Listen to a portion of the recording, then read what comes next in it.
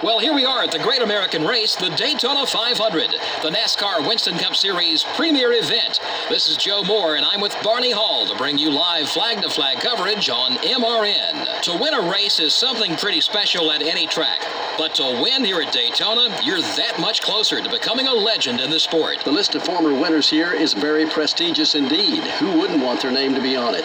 Who knows, maybe we'll add another lucky driver when this one's all over. Dale Earnhardt Jr. really looks forward to big super speedway tracks. He's had a lot of success here in recent years. Well, he had the best teacher there was for these plate tracks, and it shows.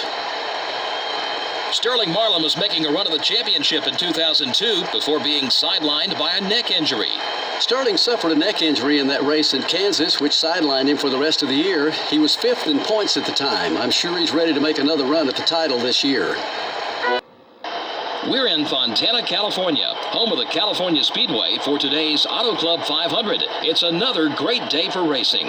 We should see a lot of green flag racing in this one. Yeah, and what makes these long green runs interesting is that although the cars are all relatively similar, they can have very different pit windows. That can play a very important role at the end of the race with determining who has to pit again and who can go the distance. Jeff Gordon won the first NASCAR race at this facility in 1997. That was one of 10 wins for him that year. Well, that was year 2 in a 3-year streak that saw him win 33 races, over a third of all the events they ran. You can't get much better than that. Johnny Benson won the Busch Series championship in 1995. That championship was sandwiched between 2 Rookie of the Year awards. He won the Busch Series award in 1994, followed up his championship with Winston Cup rookie honors in 96. NASCAR Winston Cup Racing has hit the jackpot this week as we come to Las Vegas Motor Speedway for today's UAW Daimler Chrysler 400. What are your thoughts on this race? The drivers need to get a good feel for this track early on. With all the green flag laps they run here, if you make a mistake early on or miss an adjustment in your first stop, your race will quickly become worse and worse. Jeff Gordon started out his career with a big splash, didn't he? In 1992, Jeff Gordon became the first driver to ever win Rookie of the Year in both the NASCAR Winston and Busch Series. Jimmy Johnson finished 2002 with 3 wins and a 5th place finish in the championship standings. He had a great year, but he was not quite able to catch Ryan Newman for Rookie of the Year honors. EA Sports welcomes you to Hampton, Georgia, site of today's NASCAR Winston Cup race, the Bass Pro Shops MBNA 500. I think we're in for some incredible racing, judging by this track's history. The high speeds that can be reached here does make for some exciting racing. There are no restrictor plates to keep them from being able to pass either.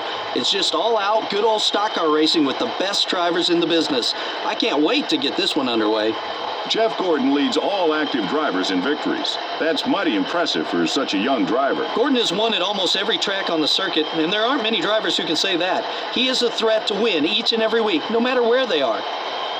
Dale Jarrett was part of one of the tightest points battles in NASCAR history in 1997. He ended up finishing 2nd to Jeff Gordon. And he didn't finish 2nd by much, only 14 points. And Mark Martin wasn't too far behind either. Those last couple of races in a season are pretty exciting when a championship is on the line. Welcome, everyone, to Bristol, Tennessee for today's NASCAR Winston Cup race, the Food City 500. As usual, 43 cars will start this race, and when they get lined up to take the green, they'll take up more than half the racetrack. A lot of these teams don't like coming here too much. There isn't a whole lot of room out there, which usually leads to a week of work in the body shop. There probably won't be a single car at the end that doesn't at least have a scratch or 2, and some will be much worse than that. In 2002, it seemed that Harvick suffered through the sophomore slump we always hear about. With only 1 win and a 21st finish in the points, it was a down year. But you have to believe that a Richard Childress race team, especially one with Goodrich on the hood, is going to find its championship form sooner or later. Jimmy Johnson finished 2002 with 3 wins and a 5th place finish in the championship standings. He had a great year, but he was not quite able to catch Ryan Newman for Rookie of the Year honors.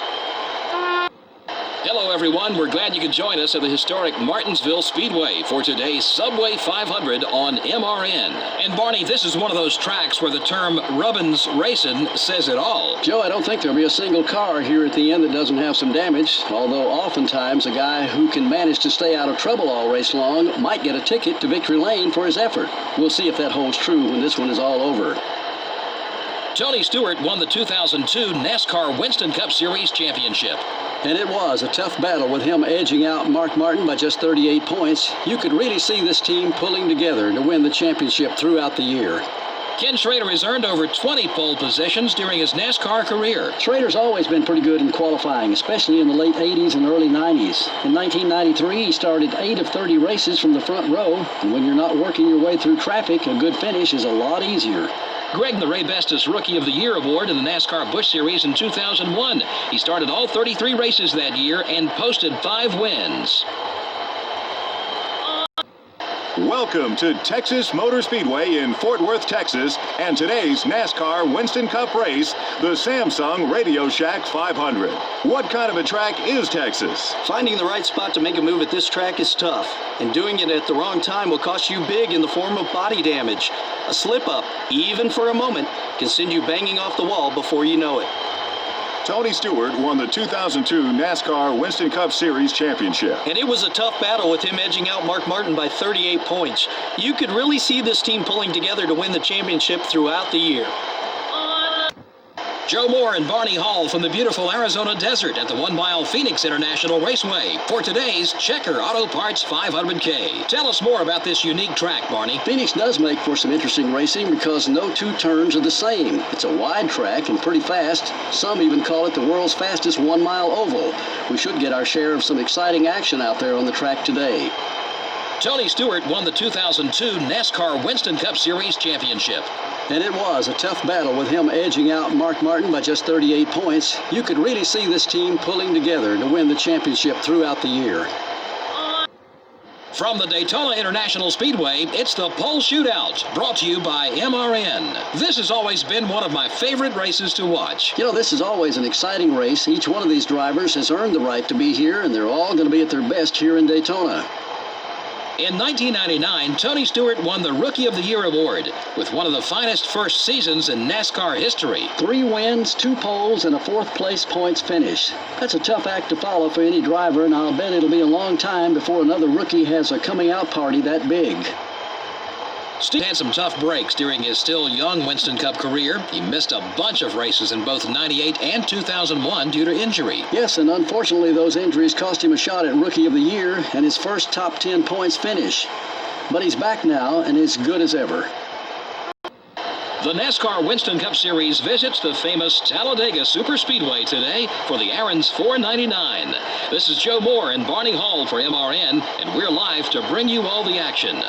Racing doesn't get any more exciting than this, Barney. Some drivers will tell you that finishing with their car in one piece here is just as good as a win.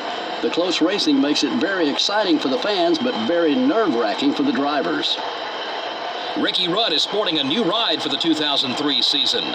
Yeah, he has moved over to the Wood Brothers. Now, this is a team loaded with NASCAR experience.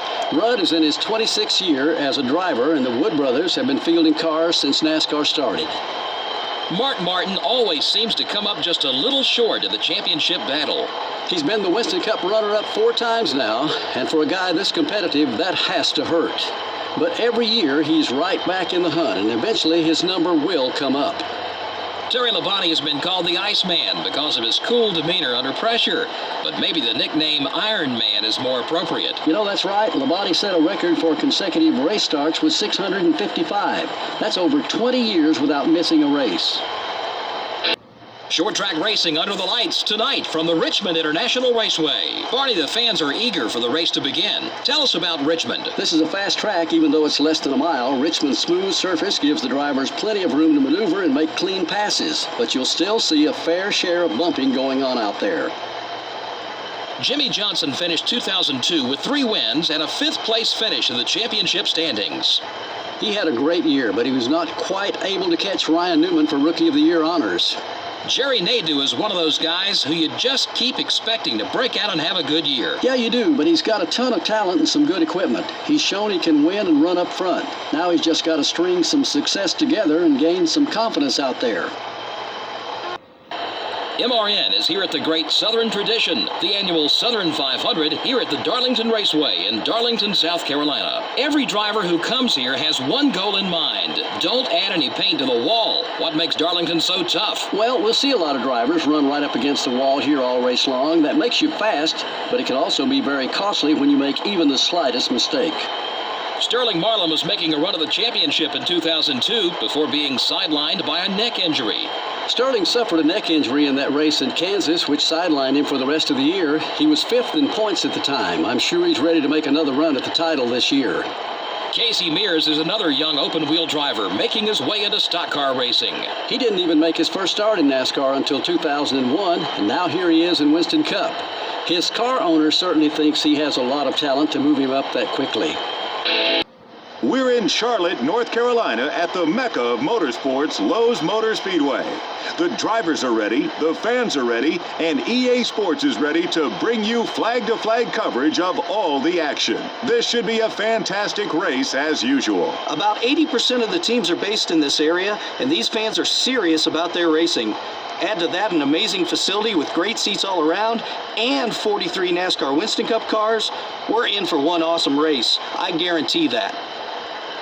Jerry Nadeau is one of those guys who you just keep expecting to break out and have a good year. Yeah, you do. He's got a ton of talent and some good equipment. He's shown he can win and run up front. Now he's just got to string some success together and gain some confidence out there. With over 25 seasons under his belt, Ricky Rudd is NASCAR's most experienced full-time driver. It's hard to believe, but he got his first NASCAR Winston Cup start in 1975 at the age of 18. Since then, he's been in the top 10 in points more often than not and is still at the top of his game.